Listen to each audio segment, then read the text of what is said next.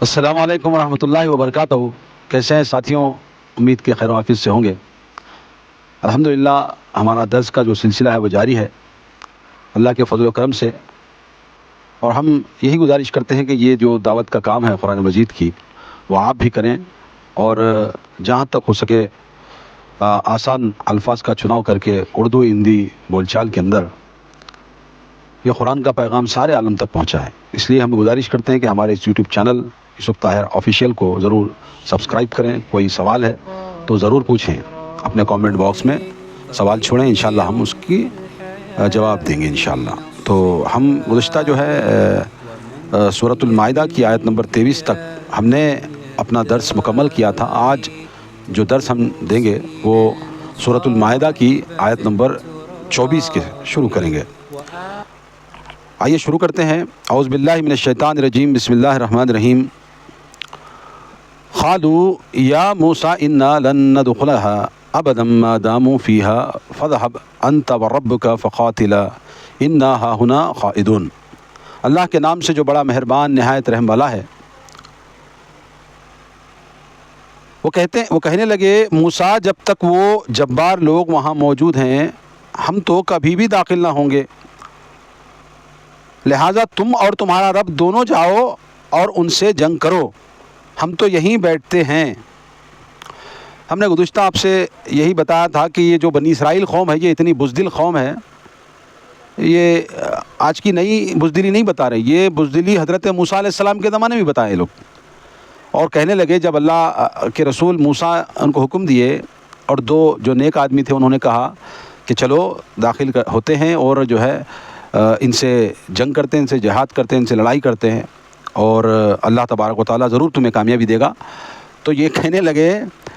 ہم نہیں لڑیں گے، ہم جو ہے ان لوگوں سے نہیں لڑیں گے، تم جاؤ اور تمہارا رب جا کر لڑے۔ دیکھیے کیسے الٹے جوابات دے رہے ہیں۔ اب یہ انتہائی گستاخی بدتمیزی پہ مبنی جواب تھا۔ اس کے مقابلے میں مسلمانوں کا کیا رویہ تھا، ذیل کی حدیث وضاحت کرتی ہے۔ عبداللہ بن مسعود رضی اللہ تعالیٰ عنہ فرماتے ہیں کہ یوم بدر آپ صلی اللہ علیہ وسلم نے انصار سے ان کی رائے پوچھی تو مقداد بن اسود رضی اللہ تعالیٰ عنہ نے کہا یا رسول اللہ صلی اللہ علیہ وسلم، کیا ہم آپ کو وہ جواب دیں گے جو کہ بنو اسرائیل نے موسیٰ کو دیا تھا کہ تم اور تمہارا رب ہی جا کر ان سے لڑو، ہم تو یہاں بیٹھے ہیں، بلکہ آپ جہاں چلے ہم آپ کے ساتھ جان دینے کو حاضر ہیں۔ اس جواب پہ آپ کے سب فکر دور ہو گئے، بخاری شریف میں یہ وارد ہے۔ تو دیکھیے مسلمانوں کا اور بنو اسرائیل کے درمیان جو انتر ہے، جو فرق ہے، جو ڈویژن ہے، وہ یہ ہے کہ موسیٰ کی قوم نے موسیٰ علیہ السلام کو تو چھوڑ دیا اور کہا کہ جاؤ موسیٰ تم اور تمہارا رب جا کر لڑے، ہم نہیں لڑیں گے، ہم بیٹھیں گے یہاں مزے میں بیٹھ جائیں گے۔ مگر مسلمانوں نے خاص کر کے انصار صحابی جب بدر کا وقت آیا تو رسول اللہ صلی اللہ علیہ وسلم بے چین تھے کہ لوگ کون آئیں گے کون نہیں آئیں گے۔ تو بدری صحابی جتنے بھی تھے، انصار صحابی جتنے بھی تھے، وہ رسول اللہ صلی اللہ علیہ وسلم سے کہا اے اللہ کے رسول ہم موسیٰ کی قوم نہیں ہیں، موسیٰ کے ساتھ جو بنی اسرائیل تھے ویسا ہم نہیں جواب دیں گے کہ تم جاؤ اور تمہارا رب لڑے، دونوں جا کر لڑو، ہم نہیں کہیں گے، بلکہ ہم آپ کے ساتھ چلیں گے۔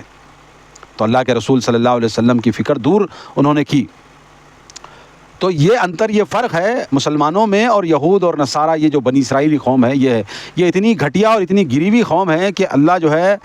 ان کو اتنی نعمتیں دینے کے باوجود بھی یہ اللہ کے انکاری ہی رہے۔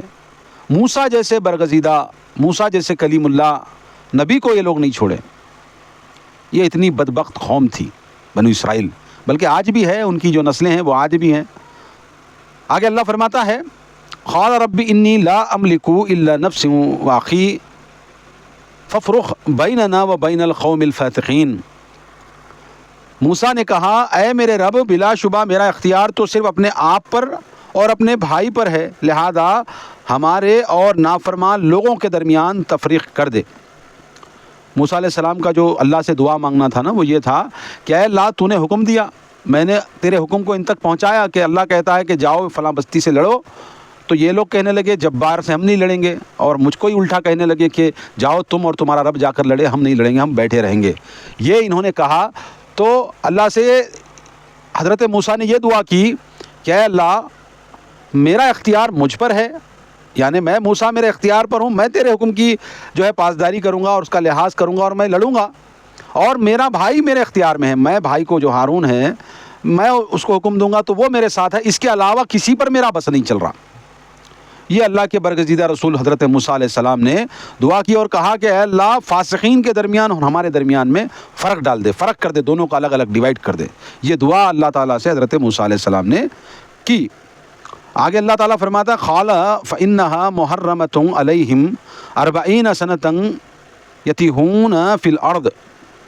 فلا تعس علی القوم الفاسقین۔ اللہ تعالیٰ نے فرمایا اب وہ زمین ان پر 40 برس کے لیے حرام کر دی جاتی ہے، اتنی مدت تک یہ لوگ زمین میں مارے مارے پھریں گے، لہذا ایسے نافرمان لوگوں کی حالت پر غم نہ کرنا۔ اللہ تعالیٰ نے ان کی سزا کے طور پر انہیں کہا اب یہ نہیں لڑ رہے نا، یہ لوگ نہیں سن رہے، اللہ کا حکم نہیں سن رہے، رسول کی بات نہیں سن رہے، اس کی پیروی نہیں کر رہے، تو اللہ تبارک و تعالیٰ نے فرمایا کہ 40 برس تک یہ کہیں نہیں جا سکیں گے، در کے در بھٹکتے پھریں گے، در بدر کوئی ان کا جائے پناہ جائے ٹھکانہ نہیں ہوگا، یہ در بدر پھریں گے 40 سال تک۔ اور ان پر یہ جو زمین ہے نا، یہ جو اللہ تعالیٰ نے جو زمین ان کو عطا کی تھی یہ ان پر حرام کر دی گئی اب 40 برس تک۔ فلسطین کی فتح و نصرت کا جو وعدہ ان سے تھا، ان کی اس بدتمیزی، بزدلی اور گستاخی اور اللہ اور اس کے رسول کی نافرمانی کی وجہ سے 40 سال تک مؤخر کر دیا گیا ہے۔ چنانچہ اے موسیٰ علیہ السلام آپ ایسے فاسقوں کے سلسلے میں کچھ غم نہ کرنا۔ اللہ تعالیٰ ڈھارس بنا رہا ہے، میں ان کے اوپر اب یہ 40 سال تک یہ زمین حرام کر دیا ہوں، یہ ارض مقدس، اب تم ان پر یہ جو مصیبت آئی ہے نا 40 سال کا جو ٹیگ ان پر لگ گیا ہے، تو تم غم نہیں کرنا، ان کو ایسی سزا کیوں دی۔ اللہ تعالیٰ حضرت موسیٰ علیہ السلام کو یہ ہمت دلا رہا ہے کہ غم نہ کرو۔ اور آگے جو ہے یہ کہہ رہا ہے اللہ تعالیٰ کہ اتنی مدت کے لیے مارے مارے پھریں گے، یہ لوگ 40 سال تک اب مارے مارے پھریں گے، غم نہ کرو ان سے،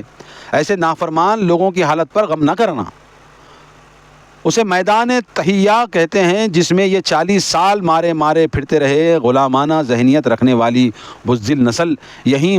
مر کھپ گئی، نئی نسل جوان ہوئی اور وہ جنگلات کی سختی برداشت کرنے کی وجہ سے جہاد کے قابل بنی۔ اب یہ لوگ جو تھے، جو نافرمان تھے، انہوں نے اللہ کے حکم سے جو ہے اعراض کیا اور اللہ کے حکم کو انہوں نے ٹھکرایا، تو اللہ تعالیٰ نے 40 برس تک ان پر یہ زمین حرام کر دی۔ تو یہ ایک میدان ہے جس کا نام تحیہ کہا گیا ہے، تو یہ میدان میں یہ جنگلات میں یہ وادیوں میں بھٹکتے پھرتے رہے 40 سال تک۔ اب یہ لوگ جو 40 سال تک جو سزا کاٹنے والے تھے، جب مر کھپ گئے، ان کی اولادیں جوان ہوئیں، نسل جوان ہوئیں، تو وہ جنگلات میں اور وہ جو اس میں وادیوں میں اور میدانوں میں پل کر کے سخت جہاد کرنے کے قابل ہو گئی، یعنی کہ سختی جھیلنے کے قابل وہ لوگ ہو گئے۔ اسی میدان میں اللہ تعالیٰ نے بنو اسرائیل کی خوراک کے لیے من و سلوہ نازل کیا، بادل کا سایہ کیا، موسیٰ علیہ السلام کے عصا مارنے سے 12 چشمے جاری ہو گئے۔ اب یہ جو بھی معجزہ حضرت موسیٰ علیہ السلام کا تھا، تو اللہ تعالیٰ نے یہی من و سلوہ جو بنی اسرائیل کو اسی میدانوں میں دیتا گیا، اب یہیں جو ہے 40 سال تک یہ کھائے پیے وہ چیز سے موج کرتے رہے۔ حضرت موسیٰ علیہ السلام نے پانی کی جب قوم نے مطالبہ کیا پانی کہاں ہے، تو 12 چشمے 12 قبیلوں کے حساب سے حضرت موسیٰ نے جہاں جہاں عصا مارا وہاں سے چشمے نکل پڑے۔ تو یہ اس طرح ان کی حالت تھی۔ آگے اللہ تعالیٰ فرماتا ہے وَاتْلُ عَلَيْهِمْ نَبَأَ ابْنَ آدَمَ بِالْحَقِّ إِذْ قَرَّبَا قُرْبَانًا وَتُقُبِّلَ مِنْ أَحَدِهِمَا وَلَمْ يُتَقَبَّلْ مِنَ الْآخَرِ قَالَ لَا أَقْتُلَنَّكَ قَالَ إِنَّمَا يَتَقَبَّلُ اللَّهُ مِنَ الْمُتَّقِينَ۔ اللہ فرماتا ہے نیز آپ ان اہل کتاب کو آدم کے 2 بیٹوں کا سچا واقعہ سنائیے۔ جب ان دونوں نے قربانی کی تو ان میں سے ایک کی قربانی قبول ہو گئی اور دوسرے کی نہ ہوئی۔ دوسرے نے کہا میں ضرور تمہیں مار ڈالوں گا۔ پہلے نے جواب دیا اللہ تو صرف متقیوں کی قبول قربانی کرتا ہے۔ یہاں پر حضرت آدم علیہ السلام کے 2 بیٹے حابیل اور قابیل جو ہے اس کا ذکر آ رہا ہے۔ آدم علیہ السلام کے یہ قصہ صحیح حدیث میں تو وارد نہیں ہوا ہے، مگر روایات میں ہے کہ اس وقت حوا کے ہاں لڑکے اور لڑکی کا جوڑا پیدا ہوتا تھا۔ اس وقت کی شریعت کے مطابق جوڑے میں ہونے والے لڑکے اور لڑکی کی شادی آپس میں نہ کی جاتی، بلکہ دوسرے جوڑے کے لڑکی سے شادی کی جاتی۔ قابیل سے جس لڑکی کی شادی ہونا تھی وہ خوبصورت نہ تھی، جبکہ قابیل کی جڑواں بہن خوبصورت تھی۔ قابیل اسی سے شادی کرنا چاہتا تھا، لہذا اسے تسلیم نہ کیا گیا ہے، جس سے یہ تنازع بڑھ گیا۔ آخر آدم علیہ السلام نے اس کا حل یہ پیش کیا کہ دونوں اللہ کے حضور قربانی پیش کریں، جس کی قربانی کو آگ کھا جائے گی اس سے اس لڑکی کا نکاح کیا جائے گا۔ حابیل ویسے بھی نیک سیرت تھا اور اس نے بہترین قربانی اخلاص کے ساتھ اللہ کے لیے پیش کی، چنانچہ قابیل کی قربانی منظور نہ ہوئی جبکہ حابیل کی منظور ہو گئی۔ تو یہ جو واقعہ اللہ تبارک و تعالیٰ نے جو ابتدائی زمانہ تھا، ابتدائی زمانے میں اب آدم سے ہی تو ساری دنیا کا وجود اللہ تعالیٰ نے دینا تھا، تو اب یہ نسل آگے کیسے بڑھے گی؟ تو ہوتا یہ تھا، یہ روایت میں اس کا ذکر ہے کہ جڑواں بچے پیدا ہوتے تھے، ایک لڑکی اور ایک لڑکا، یعنی حضرت آدم علیہ السلام کی بیوی حضرت حوا کو جڑواں بچے پیدا ہوتے تھے، ایک لڑکا اور ایک لڑکی۔ تو اس میں جس لڑکی کے ساتھ جو لڑکا پیدا ہوتا ہے اس سے نکاح نہیں ہوتا تھا اس والے سے، بلکہ دوسرے جو لڑکا لڑکی ہوتی تھی ان سے نکاح، اس لڑکی کا اس سے اور اس لڑکے کا اس سے، اس طرح نکاح ہوا کرتا تھا۔ مگر یہ جو قابیل جو تھا نا،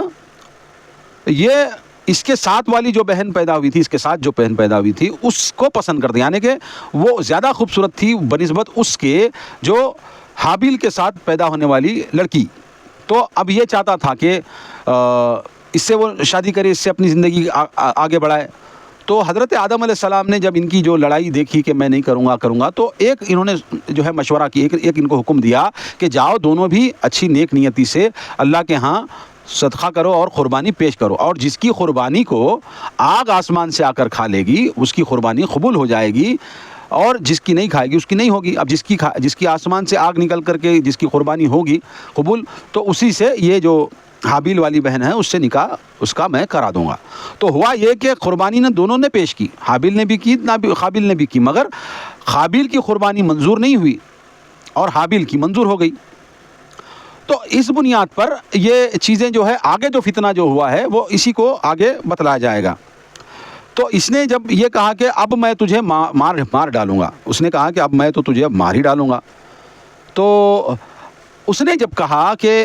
جب جو حابیل ہے اس نے کہا اللہ تو متقیوں کی قربانی قبول کرتا ہے، میں متقی تھا میری قبول کر دی۔ تو اس کے جواب میں اب اس کو غصہ آ گیا۔ اس طرح آگے اللہ تعالیٰ فرماتا ہے لئن بسطت الی یداک لتقتلنی ما انا بباسط یدی الیک لیقتلک انی اخاف اللہ رب العالمین۔ اگر تو مجھے مار ڈالنے کے لیے میری طرف اپنا ہاتھ بڑھائے گا تو بھی میں تجھے قتل کرنے کے لیے اپنا ہاتھ نہیں بڑھاؤں گا، میں تو فقط اللہ رب العالمین سے ڈرتا ہوں۔ تو یہ جو حابیل تھا نا، اس نے کہا، قابیل نے کہا اب میں مار ڈالوں گا، تو جواب میں اس نے حابیل نے کہا کہ میں تو متقی ہوں، اللہ سے ڈرنے والا ہوں، تو اگرچہ مجھے مارنے کے لیے آیا ہے تو بھی میں تجھے مارنے کے لیے نہیں آؤں گا، کیونکہ اللہ تعالیٰ سے میں بہت ڈرتا ہوں۔ اس طرح اس نے جواب دیا۔ آگے اللہ فرماتا ہے انی ارید ان تبوء باسمی و اسمک فتکون من اصحاب النار وذلک جزاء الظالمین۔ آگے اللہ تعالیٰ فرماتا ہے میں چاہتا ہوں کہ تو میرا اور اپنا گناہ سب کچھ سمیٹ لے اور اہل جہنم میں سے ہو جائے، اور ظالم لوگوں کی یہی سزا ہے۔ اس سے معلوم ہوا کہ قاتل یہ اپنے گناہوں کے علاوہ مقتول کے گناہ بھی لاد دیے جاتے ہیں۔ کئی صحیح حدیث سے بھی اس کی وضاحت ہوئی ہے، یعنی کہ جو قتل کرتا ہے، اب یہ جو حابیل اور قابیل کے واقعے میں جو بتایا جا رہا ہے وہ یہ ہے کہ قابیل نے جب حابیل کو قتل کیا تو اس نے کہا کہ جو میرے گناہ ہیں وہ تیرے پر لاد دیے جائیں گے اور تو ہمیشہ کے لیے جہنم میں چلا جائے گا، تو قتل کرنے کے لیے اپنا ہاتھ مجھے بڑھائے گا، میں چاہتا ہوں کہ تو میرا اور اپنا گناہ دونوں کا سب سمیٹ لے اور اہل جہنم میں سے ہو جا، اور ظالم لوگوں کی یہی سزا۔ اس نے یہ جواب دیا۔ آگے اللہ فرماتا ہے فطوعت له نفسه قتل اخیہ فقتلہ فاصبح من الخاسرین۔ بال آخر دوسرے نے اپنے آپ کو اپنے بھائی کے قتل پر آمادہ کر لیا، چنانچہ اسے مار ڈالا اور نقصان اٹھانے والوں میں سے ہو گیا۔ یعنی کہ اب حابیل جو قابیل تھا اس نے حابیل کو قتل ڈالا، اور جو نقصان اٹھانے والا تھا، یعنی کہ اب آگے چل کے اس کی جو گناہ ہے، یہ اس کے بھی دو بھائیوں کا جو گناہ تھا وہ بھی اپنے سر پر، اس کا بھی گناہ اس کا بھی گناہ اپنے سر پر لاد لیا، اور جو ہے وہ اس نے مار ڈالا اور نقصان اٹھانے والوں میں سے وہ ہو گیا۔ فبعث اللہ غربا یبحث فی الارض لیریہ کیف یوری سوءۃ اخیہ قال یا ویلتا اعجزت ان اکون مثل هذا الغراب فَأُوَرِيَا سَوْءَةَ أَخِي فَأَصْبَحَ مِنَ النَّادِمِينَ۔ پھر اللہ نے ایک کوا بھیجا جو زمین کو کورید رہا تھا تاکہ اس قاتل کو دکھلائے کہ وہ اپنے بھائی کی لاش کیسے چھپا سکتا ہے۔ کوے کو دیکھ کر وہ کہنے لگا افسوس، میں تو اس کوے سے بھی گیا گزرا ہوں کہ اپنے بھائی کی لاش کو نہ چھپا سکا۔ ازاں بعد وہ اپنے کیے پر بہت نازم ہوا۔ اس سے معلوم ہوا جب قابیل نے حابیل کو قتل کر دیا تو کچھ عرصے بعد لاش سے بدبو اور جو ہے نا گندگی اٹھنے لگی۔ پہلے ہی وہ اپنے نیک سیرت بھائی کو قتل کر کے پشیماں ہو رہا تھا، اب اور بھی پریشان ہوا کہ اب اس لاش کا کیا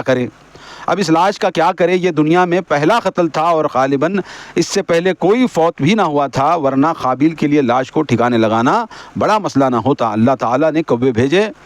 ایک کوے نے دوسرے کوے کو چونچ مار کر ہلاک کر دیا، پھر چونچ سے گڑھا کھود کر مردہ کو اس میں ڈالا اور پھر برابر کر دیا۔ اس سے قابیل کو دفن کرنے کا طریقہ معلوم ہوا۔ اب دیکھو، جب یہ بھائی اس بھائی کو قتل کر دیا، اب مر گیا، مرنے کے بعد اب مر جانے کے بعد کیا کرے گا؟ غصے میں شیطانی حرکت کر دی، ایک بھائی نے دوسرے بھائی کو قتل کر ڈالا۔ قتل کرنے کے بعد ہائے افسوس، سر کو ہاتھ لگا کے سوچنے لگا اب میرے ساتھ یہ کیا ہو گیا۔ اور یہ جو اس کے بعد اس نے اپنے بھائی کی لاش کو ڈھو کر، روایتوں میں آتا ہے اور اسرائیلیات میں اور دیگر جو ہے ہسٹری کے اندر آتا ہے کہ وہ اپنے کندھے پر پہ اپنے بھائی کی لاش ڈھوتا پھر رہا ہے۔ اب کہاں ٹھکانے لگاؤں، کہاں چھپاؤں، کہاں رکھوں اس کو؟ اب بالآخر اس کچھ وقت کے بعد سڑنے لگی لاش، بدبو آنے لگی، تو پریشان ہو کر کے اب سر کو ہاتھ لگا کے ہائے افسوس کر کے وہ جب بیٹھ گیا تو اللہ تعالیٰ نے اس کو جو ہے سمجھانے کے لیے کوے کو بھیجا۔ دو کووں نے آپس میں لڑائی کی، خوب چونچ سے مار لیا ایک دوسرے کو، اور ایک کوے نے دوسرے کو قتل کر ڈالا۔ اور جب قتل ہونے کے بعد جو کوا جو زندہ تھا، اس کوے نے مردہ کوے کو گڑھا کھود کے اپنے پنجوں سے، اپنی چونچ سے گڑھا کھودا اور کھود کر کے اس مردہ کوے کو وہ گڑھے میں ڈال کر کے برابر کرنے لگا۔ تو یہ دیکھ کر اور بھی زیادہ یہ جو قابیل تھا وہ بہت پریشان ہوگا، اے افسوس، میری تو گت ایسی ہو گئی ہے کہ مجھ سے تو بھلا یہ کوا ہے، کوے نے مجھے بتایا، مجھے تو عقل ہی نہیں ہے، میں جتنا جو ہے بیکار انسان ہوں۔ اس طرح سے وہ پریشان کر کے اس نے دفن کا طریقہ سکھلایا اور وہ اس نے اس کو دفنا دیا۔ آگے اللہ فرماتا ہے من اجل ذالک کتبنا علی بنی اسرائیل انہ من قتل نفسا بغیر نفس او فساد فی الارض فکأنما قتل الناس جميعا ومن احیاها فکأنما احیا الناس جميعا ولقد جاءتهم رسلنا بالبینات ثم ان کثیرا منهم بعد ذالک فی الارض لمسرفون۔ دیکھیے اللہ تبارک و تعالیٰ فرماتا ہے اسی وجہ سے ہم نے بنو اسرائیل کے لیے تورات میں لکھ دیا تھا کہ جس شخص نے کسی دوسرے کو جان کے بدلے کے علاوہ یا زمین میں فساد بپا کرنے کی غرض سے قتل کیا تو اس نے گویا سب لوگوں کو مار ڈالا، اور جس نے کسی کو قتل ناحق سے بچا لیا تو وہ گویا سب لوگوں کی حیات کا موجب ہوا۔ اور ان کے پاس ہمارے رسول واضح دلائل لے کر آتے رہے، پھر بھی ان میں سے اکثر لوگ زمین میں فساد زیادتیاں کرنے والے ہیں۔ اللہ تبارک و تعالیٰ جو ہے وضاحت کے ساتھ یہ بات بیان کر رہا ہے کہ اے بنی اسرائیل جو قتل و غارت گری کرتے ہیں کہ ایک اگرچہ کوئی کسی کو، ایک انسان کو ناحق کسی نے قتل کیا تو گویا ساری انسانیت کا قتل اس نے کیا، اور اگرچہ کسی قتل ناحق سے کسی نے کسی کو بچا لیا گویا اس نے ساری کائنات کے سارے انسانوں کو بچا لیا۔ یہ اللہ تبارک و تعالیٰ نے بیان کر رہا ہے اور کہہ رہا ہے بنو اسرائیل سمجھداری سے کام کرو، فساد نہ مچاؤ، اور جو ہے قتل و غارت گری اور فساد برپا نہ کرو، ایک دوسرے کو نہ قتل نہ کرو۔ ہم تو گویا یہ تورات میں بتا چکے ہیں کہ کوئی ایک انسان کو ناحق کسی قتل کیا تو گویا ساری انسانیت کو اس نے قتل کر دیا، اور جو کسی ایک ناحق کو بچا لیا تو وہ ساری کائنات کو اس نے بچا لیا۔ یہ ہم تو تورات میں بیان کر چکے ہیں، اور پے در پہ ہم نے تم پر رسول بھیجتے رہے اس کے پاس اور واضح دلائل لے کر، وہ واضح معجزے لے کر آئے، پھر بھی ان میں سے اکثر لوگ، پھر بھی بنی اسرائیل کی جو قوم ہے وہ اکثر لوگ گمراہ، فسادی، قاتل، یہی لوگ زیادتیاں کرنے والے ہیں، یہی لوگ۔ یہ حکم بنو اسرائیل کے علاوہ امت محمدیہ کے لیے بھی ہے۔ عبداللہ بن مسعود رضی اللہ تعالیٰ عنہ کہتے ہیں کہ آپ صلی اللہ علیہ وسلم نے فرمایا جو شخص بھی مظلوم قتل ہوتا ہے تو اس کا گناہ آدم کے پہلے بیٹے پہ لاد دیا جاتا ہے، کیونکہ وہی شخص ہے جس نے قتل کو جاری کیا۔ میں نے کہا نا کہ ساری انسانیت کا جو قتل ہے وہ یہ قابیل کے اوپر، جو اپنے بھائی کو اس نے قتل کیا تھا نا، تو اسی کے اوپر پڑے گا یہ قتل کا جرم، وہ قتل کرنے والے پر بھی پڑے گا اور اس پر بھی پڑے گا۔ قتل ناحق اثرات کے اعتبار سے پوری انسانیت کے قتل کے مترادف ہے۔ ایسا قاتل پوری انسانیت اور امن عامہ کے دشمن ہے۔ دوسرے لوگ بھی اسے قتل کرتے ہوئے دیکھ کر اس جرم پہ دلیر ہو جاتے ہیں۔ اسی طرح اگر کوئی کسی کو مظلومانہ موت سے نجات دلا دے تو وہ بھی اتنی ہی بڑی نیکی کا کام ہے۔ یعنی کہ اللہ تبارک و تعالیٰ بیان کر رہا ہے کہ اگرچہ کوئی قتل ناحق کسی کا کر رہا ہے تو اس کو بچانے والے کو اللہ تبارک و تعالیٰ یہ اعزاز دیتا ہے کہ وہ ساری انسانیت کو گویا اس نے بچا لیا۔ یہ اللہ تبارک و تعالیٰ کی تعلیم ہے، اور یہ باتیں اللہ تعالیٰ نے بہت سے رسولوں کے ذریعے سے بتائی ہے۔ بسم اللہ۔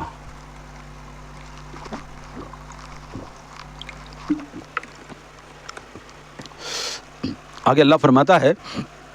انما جزاء الذین یحاربون اللہ ورسولہ ویسعون فی الارض فسادا ان یقتلوا او یصلبوا او تقطع ایدیہم وارجلہم من خلاف او ینفعوا من الارض ذلک لہم خزی فی الدنیا ولہم فی الآخرۃ عذاب عظیم۔ اللہ تبارک و تعالیٰ بیان کر رہا ہے جو اللہ اور اس کے رسول سے جنگ کرتے اور زمین میں فساد برپا کرنے کی کوشش کرتے ہیں، ان کی سزا یہی ہو سکتی ہے کہ انہیں اذیت سے قتل کیا جائے یا سولی پر لٹکایا جائے، یا ان کے ہاتھ اور پاؤں مخالف سمتوں سے کاٹ دیے جائیں، یا انہیں جلا وطن کر دیا جائے۔ ان کے لیے یہ ذلت دنیا میں ہے اور آخرت میں انہیں بہت بڑا عذاب ہوگا۔ اللہ تبارک و تعالیٰ یہ بیان کر رہا ہے۔ یہ آیت محاربہ کہلاتی ہے۔ شان نزول کے سلسلے میں درج ذیل حدیث ملاحظہ ہو۔ سیدنا انس فرماتے ہیں کہ علل اور اورینا کے قبیلوں کے کچھ لوگ آپ صلی اللہ علیہ وسلم کے پاس مدینہ آئے اور اسلام کا کلمہ پڑھنے لگے۔ انہوں نے کہا یا رسول اللہ صلی اللہ علیہ وسلم ہم گوجر لوگ ہیں، یعنی کہ ہم گوجر لوگ ہیں، کسان نہیں ہیں، انہیں مدینہ کی آب و ہوا راس نہ آئی۔ آپ نے چند اونٹ اور ایک چرواہا ان کے ساتھ کیا اور کہا کہ تم لوگ جنگل میں چلے جاؤ، ان اونٹوں کا دودھ اور بول پیتے رہو۔ وہ حرہ کے پاس اقامت پذیر ہوئے۔ اس علاج سے وہ خوب موٹے تازے ہو گئے اور پھر ان کی نیت میں فتور آ گیا اور اسلام سے مرتد ہو گئے۔ آپ صلی اللہ علیہ وسلم کے چرواہے یسار کی آنکھوں میں گرم سلائیاں پھیر کر اسے کئی طرح کی تکلیفیں پہنچا کر مار ڈالا اور اونٹ جو ہے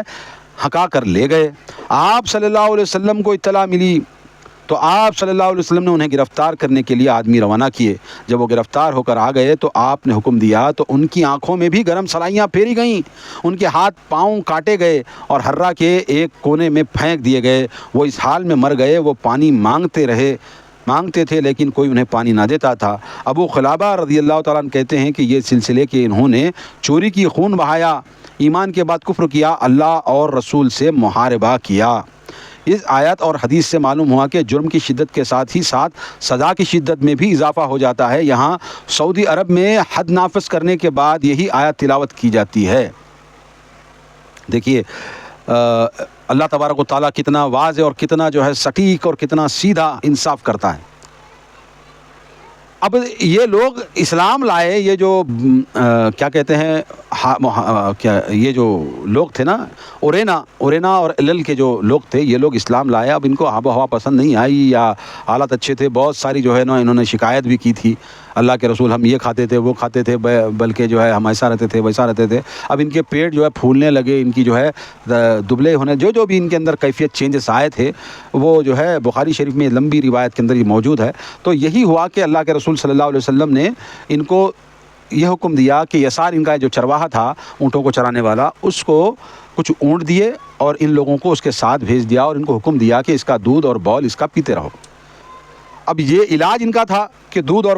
بول یعنی کہ ان کی یورین، ان کا جو ہے پیشاب، یعنی کہ دودھ کے اندر کچھ قطرے یا کچھ مقدار میں دونوں ٹائپ میں جیسے بھی ہے، اس علاج کے لیے وہ ایک دوا کے روپ میں وہ جو ہے اونٹنی کے جو ہے بول کو ملایا جاتا ہے، تو اسی کا تذکرہ ہے۔ تو بہرحال جو ہے ان کو جب وہ نسخے سے آرام ہو گیا اور وہ پھول فربا ہو گیا، اب طاقتور ہو گئے، تب انہوں نے یہ کیا کہ ان کا اب جو ہے بے چینی ہو گئی۔ تو بہرحال یہ جو یسار تھے، یہ چرواہے کو انہوں نے آنکھیں اندھی کی اور گلم سلائیوں سے اس کی آنکھیں نکال دیں، اس کی آنکھیں خراب کر دیں اور بہت اذیت دے کر اس کو، اس چرواہے کو قتل کر کے یہ لوگ اونٹ لے کر کے بھاگ گئے۔ اب جب یہ لاش دیکھ کر پتہ چلا کہ اونٹ غائب ہیں، یسار کی لاش ہے اور لوگ جو ہے، تو فوری رسول اللہ صلی اللہ علیہ وسلم کے پاس آ کر یہ اطلاع دی کہ اے اللہ کے رسول، فلاں اورینا اور علل کے جو لوگ تھے وہ اس طرح آپ کے چرواہے کا قتل کیے ہیں اور وہ فرار ہیں۔ تو فوری طور پہ حضور صلی اللہ علیہ وسلم نے اپنی جو ہے فوج بھیجی، اپنی جو ہے ملٹری بھیجی، اپنے پولیس والے بھیج کر کے ان کو گرفتار کروایا، اور جو ہے وہ جب پکڑ کر لائے گئے تو یہی سزا اللہ تبارک و تعالیٰ نے اللہ کے رسول صلی اللہ علیہ وسلم کے ذریعے سے نافذ کروائی۔ اور حرہ جو مدینے سے باہر کوئی جو کھلا میدان ہے، میدان حرہ کے اندر ان کو لے جا کر کے ان کے جو ہے یہی سزا ان کو دی گئی کہ جو اللہ اور اس کے رسول سے جنگ کرتے ہیں اور زمین میں فساد برپا کرتے ہیں، ان کی سزا یہی ہو سکتی ہے کہ انہیں اذیت دیں، یعنی کہ جس طرح انہوں نے یسار کی آنکھوں کو نوچا، سیم ٹو سیم وہی سزا اس کو بدلے میں ان لوگوں کو دی گئی۔ اور جو ہے اللہ تبارک و تعالیٰ دے رہا ہے کہ ان کو وہی اذیت دیں، تکلیف دیں، ماریں، کاٹیں اور جو ہے سولی پر لٹکائیں، قتل کریں، یا پھر جو ہے ان کی جو ہے سیدھا پیر دایاں پیر سیدھا ہاتھ، یا سیدھا پیر دایاں ہاتھ، اس طرح مخالف سمتوں سے ان کا کاٹ پھیٹ کر کے ان کو سزا کے طور پر جو ہے نا ان کو عبرتناک انجام تک پہنچائیں۔ یہی جو ہے قانون قدرت ہے، اللہ تبارک و تعالیٰ نے یہ بتایا ہے۔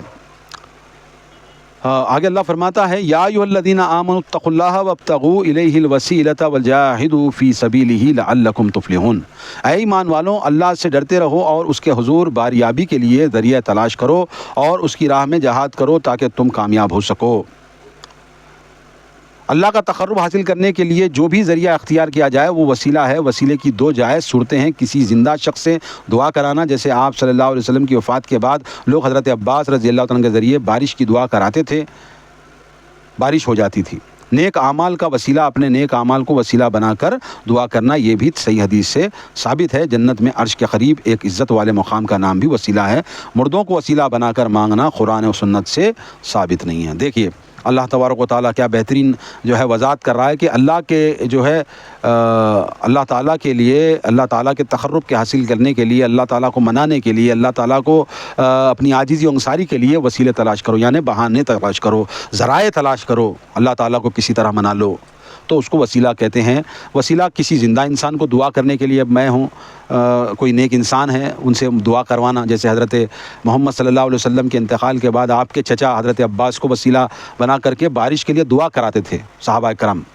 بارش نہیں ہوئی تو حضرت عباس کو دعا کے لیے کہتے تو وہ اٹھا کر کے دعا کرتے تھے، تو اللہ تبارک و تعالیٰ بارش نازل فرماتا تھا۔ اسی طرح اپنے نیک اعمال، جو نیک اعمال ہم کرتے ہیں نا، نماز پڑھتے ہیں، روزہ رکھتے ہیں، حج کرتے ہیں، زکوٰۃ دیتے ہیں، صدقہ خیرات کرتے ہیں، نیکی کا کام حکم دیتے ہیں، برائی سے روکتے ہیں، یہ سارے نیک اعمال جو ہیں اس کے وسیلے سے بھی اللہ تبارک و تعالیٰ سے اپنے جو ہے گناہوں کی معافی اور جو بھی ضروریات زندگی ہے اس کو مانگ سکتے ہیں، اس کا وسیلہ بنا کر کے۔ ہاں، اس میں وضاحت یہ ثابت ہے کہ دعا کرنا بھی صحیح حدیث سے ثابت، یعنی اپنے نیک اعمال، اے اللہ میں جو ہے تیرے لیے روزہ رکھتا ہوں، اے اللہ میں تیرے لیے نماز پڑھتا ہوں، اے اللہ میں تیرے جو ہے خوشنودی کے لیے میں زکوٰۃ دیتا ہوں، اے اللہ پاک میں تیری رضا کے لیے جو ہے حج کرتا ہوں، اے اللہ پاک میں تیری رضا کے لیے، تیری خوشنودی کے لیے میں نے غریبوں کو مال دیا ہے، صدقہ و خیرات کیا،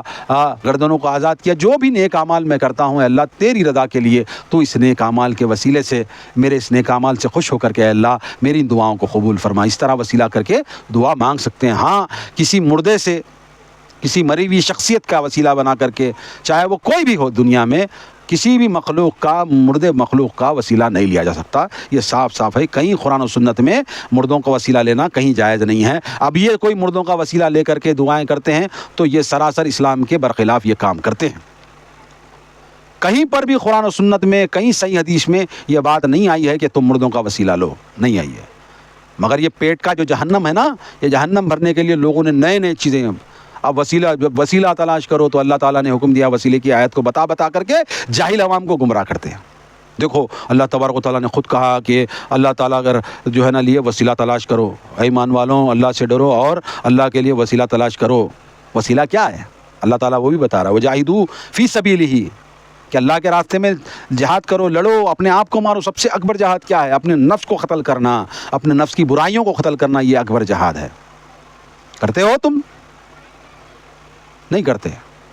مگر لوگوں کو بیوقوف بنا کر کے ان کی جو ہے نا ہڈیاں کھاتے ہو اور ان کے جیبوں پہ ڈاکے ڈالتے ہو، اور گمراہ عوام کو کرتے اور ان کے جیبوں کو لوٹ کر کے اپنا گھر بھرتے ہو، اپنے پیٹ کا جہنم سینکتے ہو۔ مت کرو، اللہ سے ڈرو۔ اللہ تعالیٰ نے وضاحت کے ساتھ بیان کیا ہے، اور اللہ کے رسول صلی اللہ علیہ وسلم نے یہ صاف صاف بتایا ہے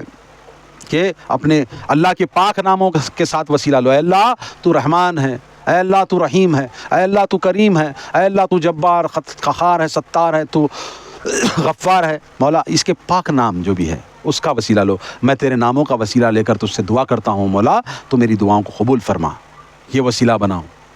اپنے نیک اعمال کا وسیلہ بناؤ، یا کسی نیک انسان سے دعا کرواؤ، یہ بھی اللہ تعالیٰ کو خوش کرنے کا ذریعہ ہے۔ جھوٹ موٹ کے مردوں کے نام پر کہ چاہے کوئی ہو، دنیا کی کوئی بھی مخلوق ہو، ہاں ان کا وسیلہ لے کر تم اللہ سے نہیں مانگ سکتے، کہیں آرڈر نہیں ہے، پوری قرآن و سنت میں کئی صحیح حدیث کے اندر یہ بات وضاحت کے ساتھ نہیں ہے۔ تو یہ اپنے جہنم کو بھرنے کے لیے لوگوں کو گمراہ کرنا بند کرو۔ آگے اللہ فرماتا ہے یریدون ان یخرجوا من النار وما هم بخارجین منها ولهم عذاب مقیم، وہ چاہیں گے کہ کسی طرح، آگے جو ہے میں ایک آیت چھوٹ رہی تھی، بہرحال وہ پڑھتا ہوں پہلے، اعوذ باللہ من الشیطان الرجیم۔ آگے اللہ فرماتا ہے ان الذین کفروا لو ان لهم ما فی الارض جميعا ومثله معه لیفتدوا به من عذاب یوم القیامة ما تقبل منهم ولهم عذاب علیم۔ آگے اللہ فرماتا ہے جو لوگ کافر ہیں، اگر زمین میں موجود سارا مال و دولت ان کی ملکیت ہو، بلکہ اتنا ہی اور بھی ہو، اور وہ چاہیں کہ یہ سب کچھ دیکھ دلا کر یوم قیامت عذاب سے چھوٹ جائیں، تو بھی ان سے یہ فدیہ قبول نہ کیا جائے گا اور انہیں المناک عذاب ہوگا۔ اب جو اللہ کا انکار، رسول کا انکار، رسول کی باتوں کا انکار، صحابہ کے طور طریقوں کا انکار، اپنے پیٹوں کو جہنم میں بھرنے کے لیے، اپنے پیٹوں کو جہنم کی آگ کھلانے کے لیے، اپنی اولاد کو ناجائز اور حرام مال کھلا کر کے پالنے کے لیے جو یہ جھوٹ بول کر کے، دھگا کر کے، دھوکہ دے کر کے جو یہ مال سمیٹتے ہیں اور اللہ کی آیتوں کا انکار کرتے ہیں، اللہ سے انکار کرتے ہیں، اللہ اور کے رسول کو نہیں مانتے، جو کافر ہوتے ہیں، جو انکاری ہیں، ان کے لیے جو ہے اگر قیامت کے دن یہ ساری دنیا اور اس میں جتنا بھی مال موجود ہے، سارا سرمایہ موجود ہے، اتنا بھی اور اس جیسا اور بھی ڈبل مال دے کر بھی اگرچہ قیامت کے روز فدیہ دے کر کے یہ عذاب سے چھٹکارا پانا چاہیں، تو بھی اللہ تعالیٰ کہہ رہا ہے کہ ہم قبول نہیں کریں گے۔ کیا کرو گے یہ جہنم کا جو یہ پیٹ کے جہنم میں ڈال رہے ہو، جھوٹ بول کر کے، لوگوں کے عقیدے خراب کر کر کے جو اپنا پیٹ پال رہے ہو نا، جبو دستار بن کر کے، موٹی موٹی پگڑیاں بن کر کے، لوگوں کو قرآن کی آیتوں کا جو ہے صحیح مفہوم نہیں بتا کر کے، اللہ کے رسول نے جس طرح، صحابہ نے جس طرح سمجھا اس طرح نہیں سمجھا کر کے، اپنے مطلب پرستی سے، اپنے مسلک پرستی میں آ کر کے، اپنے جو انا میں آ کر کے صحیح قرآن و سنت پر لوگوں کو نہیں لا کر کے، گمراہی میں اپنے پیٹ کے جہنم کو بھرنے کے لیے اگرچہ تم یہ کما رہے ہو، تو بھی یہ پورا دے کر بھی قیامت کے روز تم چھٹکارا نہیں پاؤ گے، بلکہ یہ تو تمہیں دنیا سے ہی واپس لے لیا جائے گا۔ تمہارے ساتھ کیا آئے گا؟ ننگے آئے ہو اور ننگے جاؤ گے، اور جتنی بھی یہ تم حرکتیں کر رہے ہو نا، وہ 2 گز کفن کے لیے وہ بھی کیڑے کھا جائیں گے۔ پھر کس کے لیے؟ تم ننگے تھے اور ننگے ہی اٹھائے جاؤ گے، باقی کا کس کے لیے؟ لہذا ڈرو اللہ سے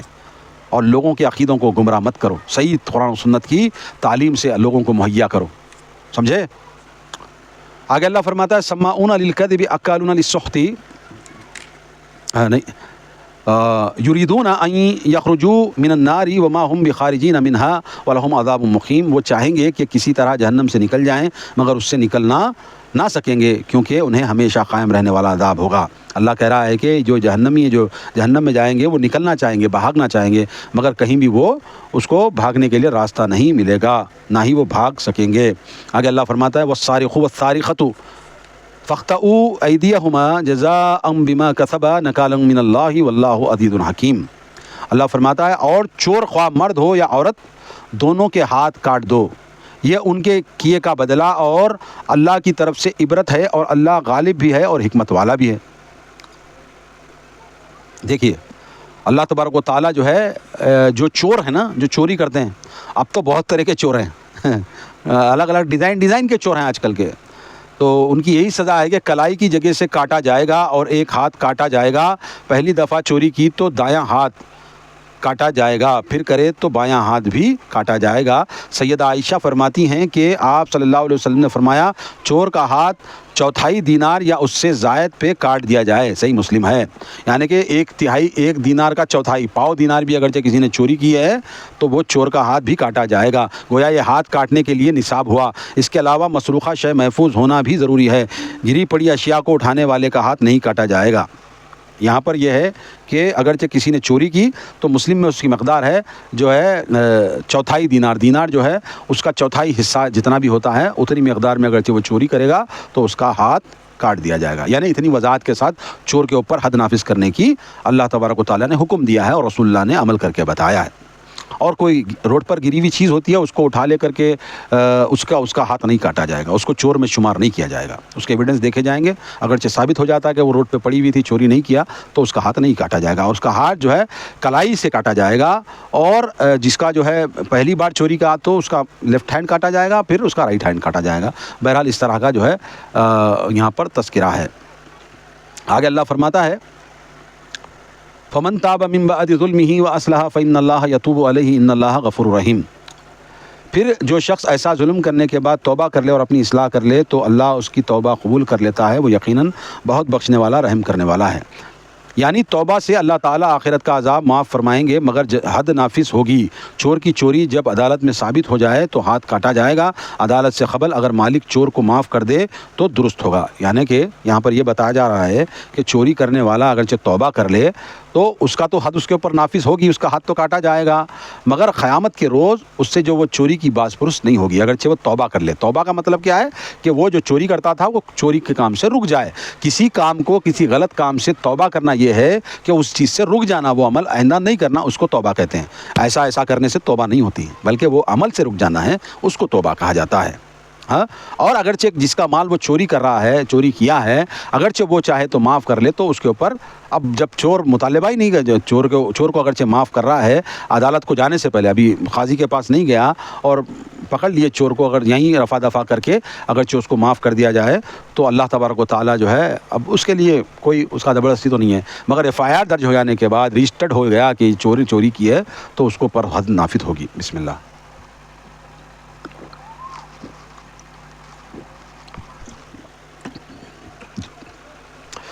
آگے اللہ فرماتا ہے الم تعلم ان اللہ لہ ملک السماوات والارض یعذب من یشاء ویغفر لمن یشاء واللہ علی کل شیء قدیر. کیا آپ کو علم نہیں کہ آسمانوں اور زمین کی حکومت اللہ ہی کی ہے, وہ جسے چاہے عذاب دے اور جسے چاہے بخش دے, اور اللہ ہر شے پہ قادر ہے. یہ حد نافذ کے درمیان اللہ کہہ رہا ہے کہ تمام چیزیں تو اللہ تعالیٰ کے لیے ہیں, وہ جسے چاہے عذاب دے اور جسے چاہے بخش دے, وہ اللہ کے اختیار میں ہے. یا ایھا الرسول لا یحزنک الذین یسارعون فی الکفر من الذین قالوا آمنا بافواہہم ولم یؤمن قلوبہم ومن الذین ہادوا سماعون للکذب سماعون لقوم آخرین لم یأتوک یحرفون الکلم من بعد مواضعہ یقولون ان اوتیتم ھذا فخذوہ وان لم تؤتوہ فاحذروا ومن یرد اللہ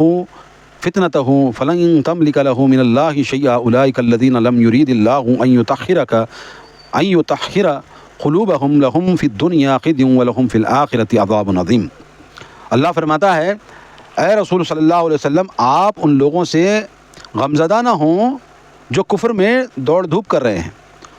ان میں سے کچھ تو وہ ہیں جو اپنی زبان سے تو کہتے ہیں کہ ہم ایمان لے آئے, مگر ان کے دل ایمان نہیں لاتے. اور کچھ یہودی ایسے ہیں جو جھوٹ بنانے کے لیے کان لگاتے ہیں اور ان کے لیے لگاتے ہیں جو آپ کے پاس نہیں آتے. یعنی کہ اللہ کے رسول صلی اللہ علیہ وسلم کو اللہ تبارک و تعالیٰ حکم دے رہا ہے کہ آپ غمزدہ نہ ہوں. حق کی تبلیغ کے لیے آپ صلی اللہ علیہ وسلم مسلسل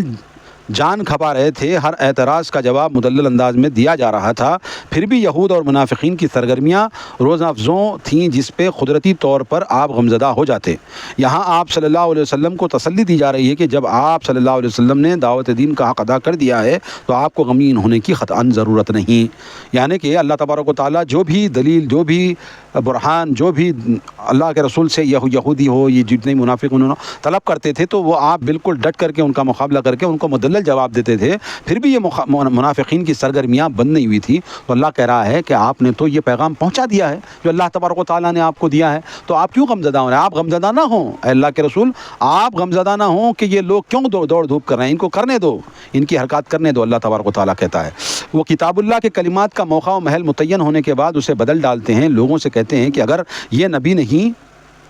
نبی تمہیں ایسا حکم دے تو مان لینا, اور اگر نہ دے تو نہ ماننا.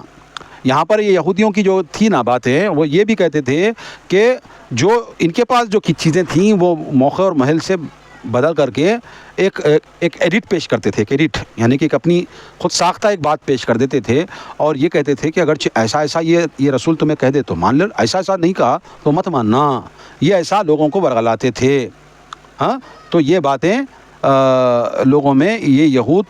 مسلسل کرتے رہتے تھے، اور یہ بات بھی اللہ کے رسول صلی اللہ علیہ وسلم کو غمزدہ کرتی تھی۔ اگلی آیت کا شان نزول درج ذیل حدیث سے واضح ہوتا ہے کہ برا بن عازب رضی اللہ تعالیٰ کہتے ہیں کہ نبی کریم صلی اللہ علیہ وسلم کے سامنے ایک یہودی نکلا جس کا منہ کالا کیا گیا تھا اور کوڑے مارے گئے تھے۔ رسول اللہ صلی اللہ علیہ وسلم یہود کو بلایا اور ان سے پوچھا، کیا تم اپنی کتاب میں زانی کی یہی سزا پاتے ہو؟ انہوں نے کہا ہاں۔ پھر آپ صلی اللہ علیہ وسلم ان کے علماء سے ایک آدمی کو بلایا اور اسے فرمایا کہ میں تمہیں اللہ کی قسم دیتا ہوں جس نے موسیٰ پر تورات نازل کی تھی، بتاؤ کیا تم اپنی کتاب میں زانی کی یہی سزا پاتے ہو؟ اس نے کہا نہیں، اور اگر آپ مجھے اللہ کی قسم نہ دیتے تو میں آپ کو نہ بتلاتا۔ ہاں، بات یہ ہے کہ ہم تورات میں رجم کی سزا ہی پاتے ہیں، مگر جب ہمارے شرفاء میں زنا کی کثرت ہو گئی تو جب ہم کسی شریف کو پکڑتے تو اس کو چھوڑ دیتے، اور کمزور کو پکڑتے تو اس پہ حد جاری کر دیتے۔ پھر ہم نے آپس میں کہا کہ کسی ایسی سزا پہ متفق ہو جائیں جسے شریف اور رذیل سب پہ نافذ کر سکیں، تو ہم نے کوڑے مارنا اور منہ کالا کرنا نافذ کر دیا۔ آپ صلی اللہ علیہ وسلم نے فرمایا، اے اللہ، میں سب سے پہلے تیرے اس حکم کو زندہ کرتا ہوں جبکہ ان لوگوں نے اسے مردہ کر دیا تھا۔ پھر آپ صلی اللہ علیہ وسلم نے اسے رجم کرنے کا حکم دیا اور وہ رجم کیا گیا، تب یہ آیت نازل ہوئی۔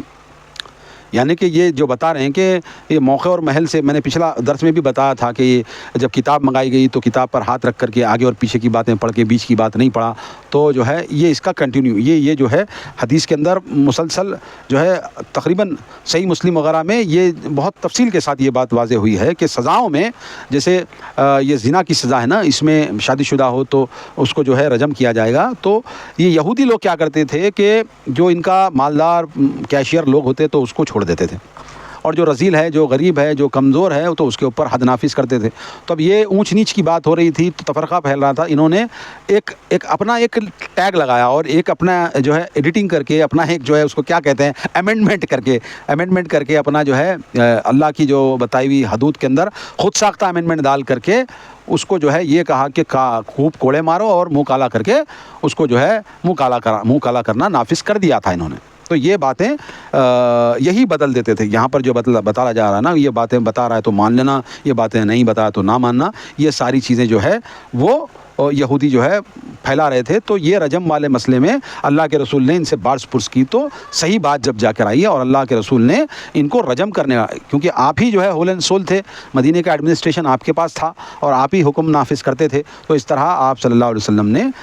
یہ حکم دیا کہ شادی شدہ تھے تو ان کو رجم کر دیا جائے۔ ایک دوسری روایت کے مطابق ایک یہودی اور یہودن نے زنا کیا، یہ دونوں شادی شدہ تھے اور امیر گھرانے سے تھے۔ انہوں نے آپس میں طے کیا کہ اگرچہ نبی کوڑوں کی سزا دیں تو تسلیم کر لی جائے، اور اگر رجم کی سزا دیں تو تسلیم نہ کرنا۔ یاد رہے کہ معاہدہ کی روح سے یہودی اس بات میں آزاد تھے کہ اپنے مقدمات آپس میں طے کر لیں یا آپ صلی اللہ علیہ وسلم کی عدالت میں لے آئیں۔ تو یہی ہے نا کہ ایسا کر دیں تو مان لینا، ایسا بولیں تو نہ ماننا، یہی اس کا سلسلہ ہے، ٹھیک ہے۔ اور جسے اللہ ہی فتنے میں مبتلا رکھنا چاہے تو اسے اللہ کی گرفت سے بچانے کے لیے آپ کچھ نہیں کر سکتے۔ اللہ تعالیٰ ایسے ہی لوگوں کے دلوں کو پاک نہیں کرنا چاہتا، ان کے لیے دنیا میں بھی رسوائی ہے اور آخرت میں بھی انہیں بہت بڑا عذاب ہونے والا ہے۔ فتنہ یہ ہے کہ نہ تو تورات کے احکام ماننے کو تیار ہیں اور نہ ہی آپ صلی اللہ علیہ وسلم کے احکام ماننے کو تیار ہیں۔ یہ یہود اتنے بدبخت ہیں۔ تو میرے دوستوں، آج ہم نے اللہ کے فضل و کرم سے بہت ساری باتوں کا جو ہے ہم نے یہاں پر تذکرہ کیا، اور اس پر جو ہے قرآن مجید میں یہ جو اللہ کے ساتھ، اللہ کے رسول صلی اللہ علیہ وسلم کے ساتھ جو ہے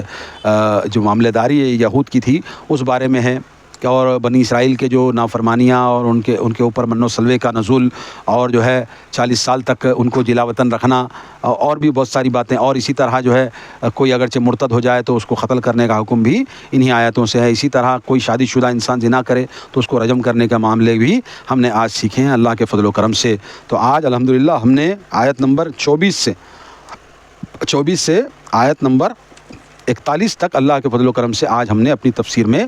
درس دیا ہے، اور اللہ کا بہت بڑا کرم اور اللہ تبارک و تعالیٰ کا رحم رہا کہ اللہ تبارک و تعالیٰ نے ہم سے یہ کام لیا۔ تو ہم یہی گزارش کرتے ہیں کہ آپ بھی اللہ کے اس قرآن کریم کی جو ہے دعوت کو دنیا میں عام کرو، آپ بھی یہ کام کرو۔ سوشل میڈیا، یوٹیوب، فیس بک، ٹویٹر ہے، اور اسی طرح جو ہے انسٹاگرام ہے، اسی طرح بہت ساری جو ہے سوشل میڈیا جو سسٹم ہے، تو اس پر اللہ کی کتاب کا صحیح وسیع مفہوم، اللہ تبارک و تعالیٰ کی جو ہے قرآن مجید کا صحیح دعوت لوگوں تک پہنچائے، تاکہ ان کے دماغوں میں جو ایرر پڑا ہوا ہے نا اسلام کے خلاف، وہ دور ہو سکے۔ آپ کی اور ہماری ہی ذمہ داری ہے یہ قرآن مجید کو دنیا تک صحیح و سالم پہنچانا۔ کوئی رسول اللہ تبارک و تعالیٰ محمد رسول اللہ کے بعد پیدا نہیں کرے گا، تو اب رسول تو آنے سے رہے، تو لہذا یہ امت ہی ذمہ دار ہے، ہم مسلمان ہی ذمہ دار ہیں، اور ہم حاملین قرآن ہی ذمہ دار ہیں کہ اس کی دعوت سارے عالم تک پہنچے۔ ہم اردو ہندی بول چال میں، روزمرہ کی عام زندگی کی بول چال میں ہم یہ سلسلہ جاری ہے تفسیر قرآن کا، اور اللہ کے فضل و کرم سے ہم نے 5 پارے تک مکمل کر لیے ہیں، اور ہم یہی گزارش کرتے ہیں کہ آپ ہمارے اس چینل یوسف طاہر آفیشیل کو سبسکرائب کریں، شیئر کریں، کامنٹ کریں، ہمارے ویڈیو کو زیادہ سے زیادہ لائک کریں۔ کوئی اگرچہ اس اسلامی سوال ہے، کوئی بھی آج درس کے متعلق ہو، سابقہ درسوں کے متعلق ہو اگرچہ سوال ہے، تو ضرور آپ ہمیں کامنٹ کر کے سوال کر سکتے ہیں، انشاءاللہ ہم ضرور آپ کا جواب دیں گے۔ تو آج کے لیے بس اتنا ہی، اجازت چاہتے ہیں ہم اگلی نشست تک، تب تک کے لیے اجازت دیں۔ السلام علیکم ورحمۃ اللہ وبرکاتہ۔